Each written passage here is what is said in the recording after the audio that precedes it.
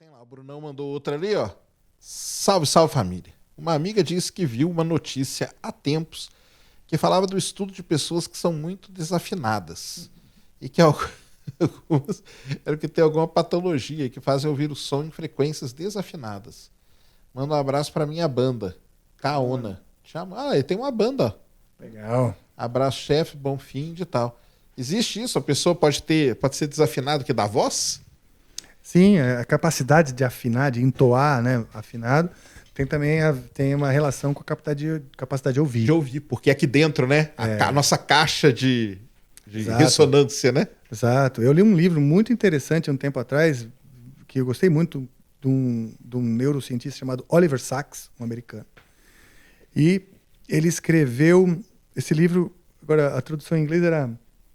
Peraí. Em português se chama Alucinações Musicais.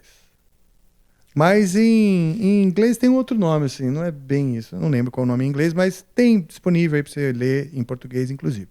Oliver Sacks. E o cara falou sobre vários efeitos, né, acústicos e psíquicos, porque tem muito som que acontece dentro do cérebro. Por exemplo, alguns desses twins que a gente ouve, que é como é o nome daquilo? Quando a gente fica com um agudinho na orelha, né? Aquele pim.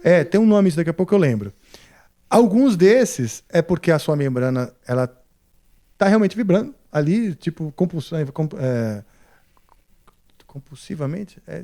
Quando é algo compulsivo, né? Compulsivamente, tá? De maneira que você não controla.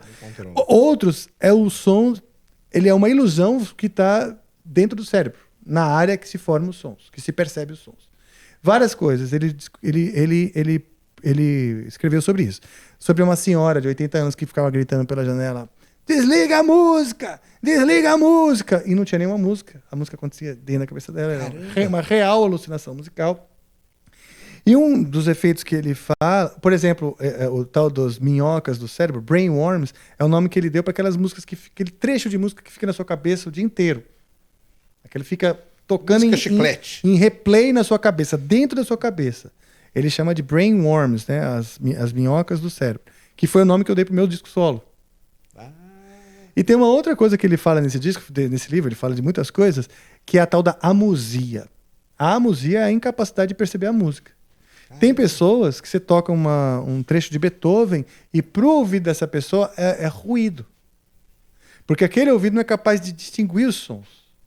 Né? Essa combinação que a gente estava chamando de consonância e tal, para o cara, ele percebe como um ruído. O ouvido dele, seja pela membrana do tímpano, etc., que não vibra direito, ou pela construção do som dentro do cérebro, aquilo tudo é um ruído. Então o cara, ele sofre de amusia, ele é incapaz de perceber a música. Ele ouve os sons, consegue a fala.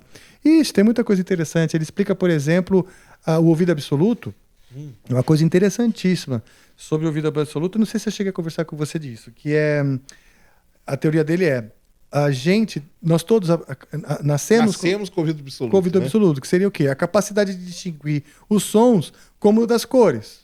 Né? As cores, basta você enxergar um pouco, que a maioria das pessoas conseguem distinguir. Daltônico, cego, claro que não, mas a maioria das pessoas consegue distinguir as diferentes frequências da luz, que são as cores. Né? E o som também. Porém, quando a gente começa a iniciar a fala, o aprendizado da fala, a gente precisa dar sentido para as palavras isolando o som. Por exemplo, sua mãe fala: vamos papá? O neném, vamos papá? Vamos papá? Aí o pai chega e fala assim: hora da comidinha. Vamos aquela comidinha gostosa? O papai vai fazer aquela comidinha gostosa para você. Já bagunçou. É a mesma coisa eles estão falando. Vamos papá? Vamos papá? E o cara fala: comidinha, hora de comer. Ó, que gostoso. O papai vai preparar uma voz mais grave, usando outras palavras. Para ele entender essa comunicação, para o cérebro, né, dessa criança entender essa comunicação, ela precisa isolar o timbre e as frequências, que seria ta-ta-ta, ta-ta-ta, tararirarira, tararirarira. Esses dois sons que são diferentes, essas duas frequências são diferentes, estão dizendo a mesma coisa através das palavras. Então, ao iniciar a engrenagem capaz de entender as palavras, a gente desliga a engrenagem capaz de distinguir as alturas e os sons, entendeu? Essa é a teoria do cara e fez Faz lá, sentido, né? faz total sentido, né? Então, no final, e algumas pessoas não desligam.